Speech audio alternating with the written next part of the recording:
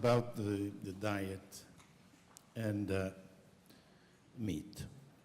We, with my group, we are following 3 villages in south of Italy to compare food and metabolic syndrome. And we have about 600 cases, and we are controlling 250 different foods in the area. What we saw was that white meat is correlated with metabolic syndrome in women, not in men.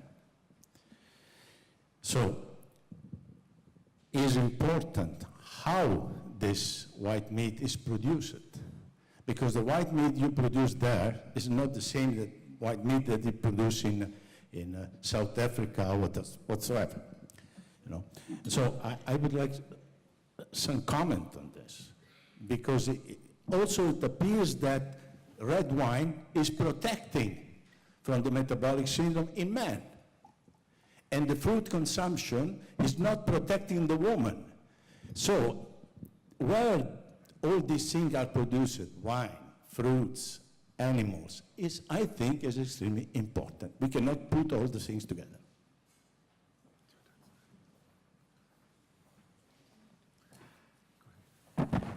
Thank you for these are important points that you raise. So,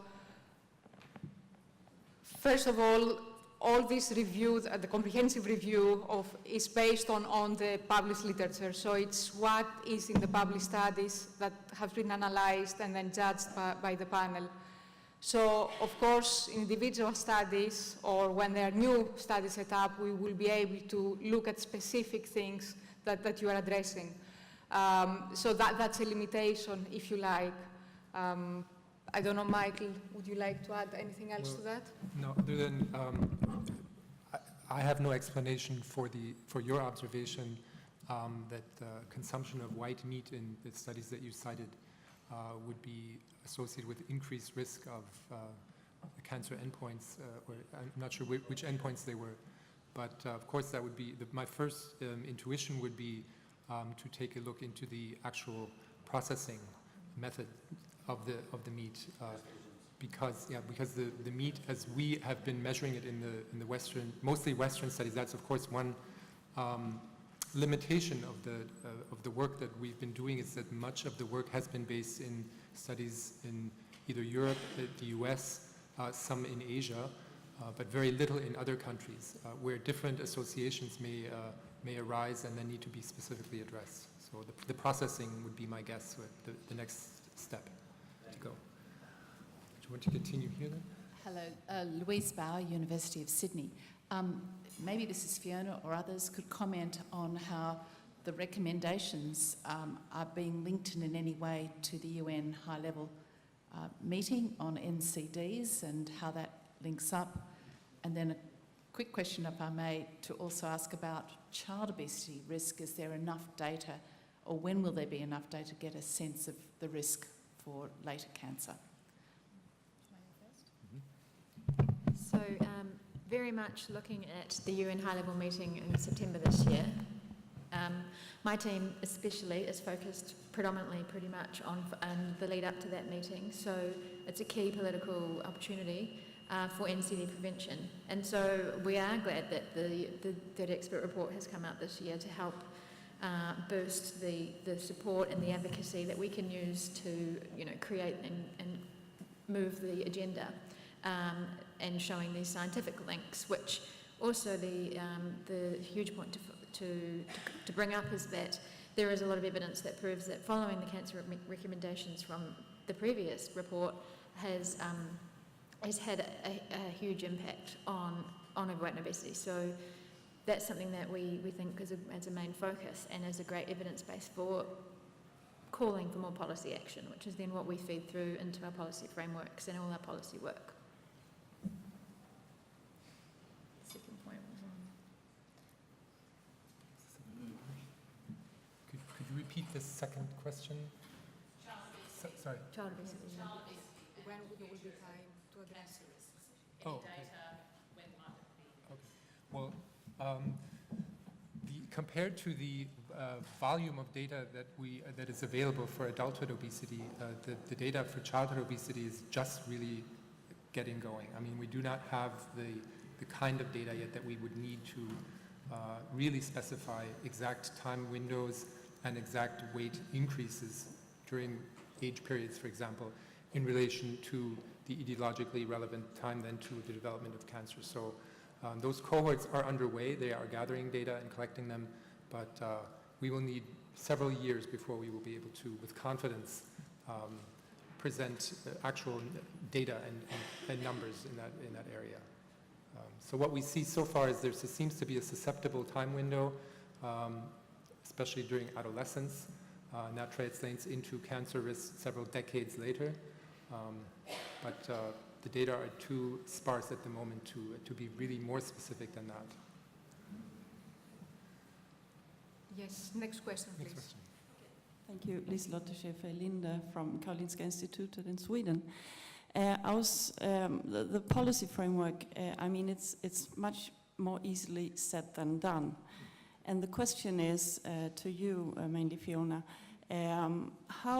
how do we interact with politicians? Because after all, it's their decisions. And of course, we are a democracy, so we elect the politicians. But we find it's very difficult to reach them. So I wonder, what is your experience? How do you meet them? How do you discuss? Do you have any good tips how to reach them and convince them? But because after all, they come in different colors, and depending on your current government, you can be successful or not. So how do you interact with them?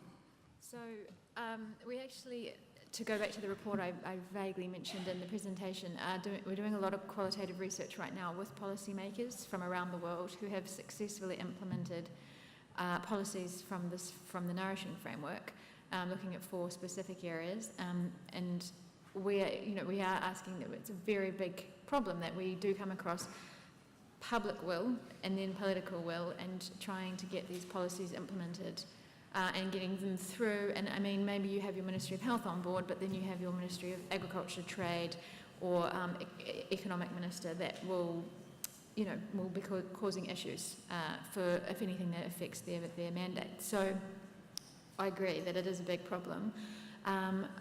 We are hopeful that things like this 30 expert report with the scientific evidence and backing, which all politicians want, evidence to prove, cost modelling, to say how this policy is going to be more effective, is a challenge, and it's a big challenge for anyone trying to push this agenda. So it is about appealing to that particular policymaker and what they need to hear, and what they would like to see in their 3 or 4 year term, however long they have. So I think the biggest, there's two approaches. There's a rights-based approach, looking at the right to, especially even childhood obesity, and pushing that agenda in the entity community seems to be quite a good new way of pushing for more change. But I think there's also an economic argument which you can use with governments, in that the NCD bill and the health costs that these NCDs will cause in the future with an ageing population are going to be catastrophic. And it's in the interest of national, security. So everyone seems to like that argument, that policies need to be put in place for prevention now. There's really no more time to waste. So hitting them in the pocket is always a good start. But I agree, there's a lot of work to be done, and we're hoping our series will provide policymakers and researchers with the answers. Just a comment. I think it was very good that you showed the Sustainable Development Goals, because I think that's a way to go and to argue.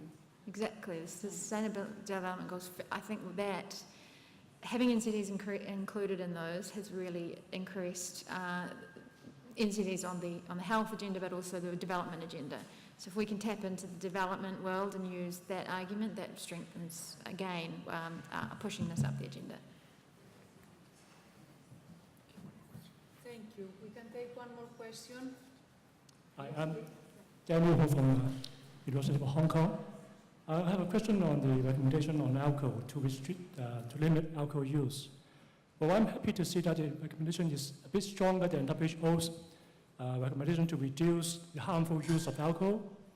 Given the strong evidence of alcohol on cancer for 3 decades now, and the lack of effectual consumption. I wonder why the recommendation is not to use it at all, but just to limit the use of alcohol. Thank you. Thank you for this question. So again, there has been a lot of discussion by the panel about the formulation of the exact recommendation. So if you see the strap line, it's for cancer prevention, it's best to avoid alcohol. But the wording, to be consistent with the rest of the recommendations, is to limit alcohol consumption. But the evidence is very strong, and we do say within the goals to avoid alcohol consumption, but also to follow the national guidelines, because we really want people in the different countries. We cannot capture all the information, but the evidence is very strong and has been highlighted. So the main recommendation is to follow limit consumption, follow the national guidelines, but for cancer prevention, it's best to avoid alcohol.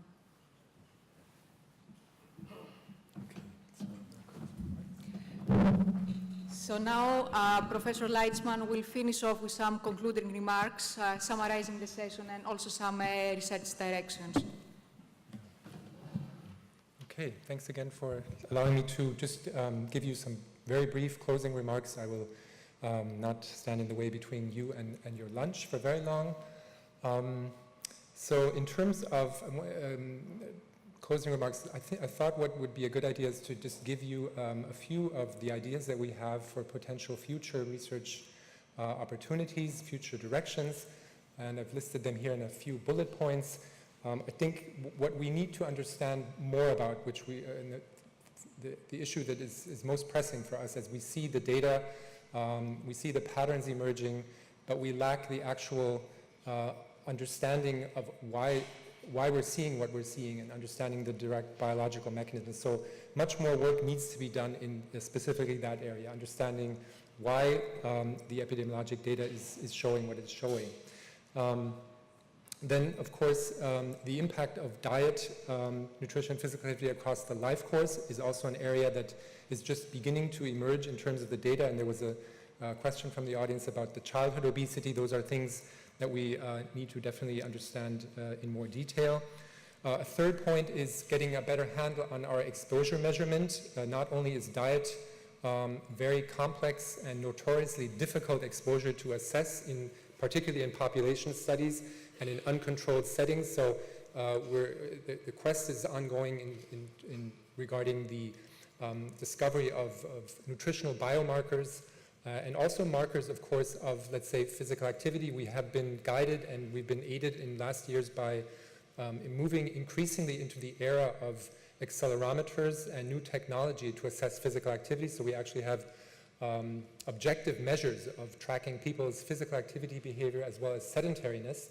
And those data are just emerging. So the cohorts are now getting to the point where they're delivering prospective data on accelerometer-derived physical activity and then prospective data on cancer outcomes. So that is direly needed. We're waiting for those data to really become more abundant.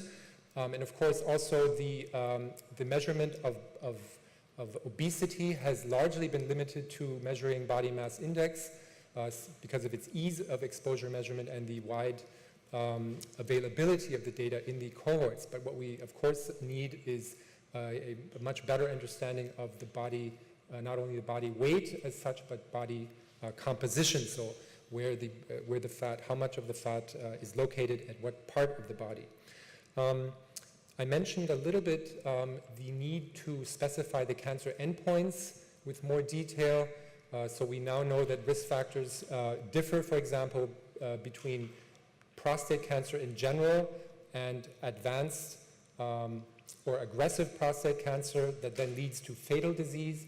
We have similar distinctions with other cancers, but what we not know enough about is the molecular characterization of tumor phenotypes, subtypes that we are now gathering more and more information on. Then another emerging area is the study of cancer survivors. It's an area that's been quite active in the last years, and data are accumulating, but we need to understand much more whether the risk factors that determine whether a person develops cancer incidence in the first place differs or is the same as continuation of those exposures once the cancer has already developed, and then determines whether that person survives with cancer and doesn't die prematurely either of the cancer or of other causes. I also mentioned briefly that much of the data comes from Western populations, much of our data, and we definitely need more data on other populations, particularly in Africa, particularly in South America, and also in large areas of Asia, although Asia has stepped up quite considerably in the last years, and more data are coming out there already. And finally, Fiona's talk on policy has shown us that much has been learned. We know in theory of how to implement the policies, but what is needed is action and implementation research. So that is the new buzzword also for funding opportunities, is how to implement the science of what we know, how to implement it in actual practice. So that, just in brief, I would like to encourage you to share with us your work, involve and engage your own networks, help us fill the research gaps that we've pointed out, and join our call to governments to move the field of cancer prevention forward. With that, thank you very much. There's more information on the third expert report on the web, and the new report is out, so very much looking forward to continuing the work with and in interaction with you. Thank you very much for attending the session.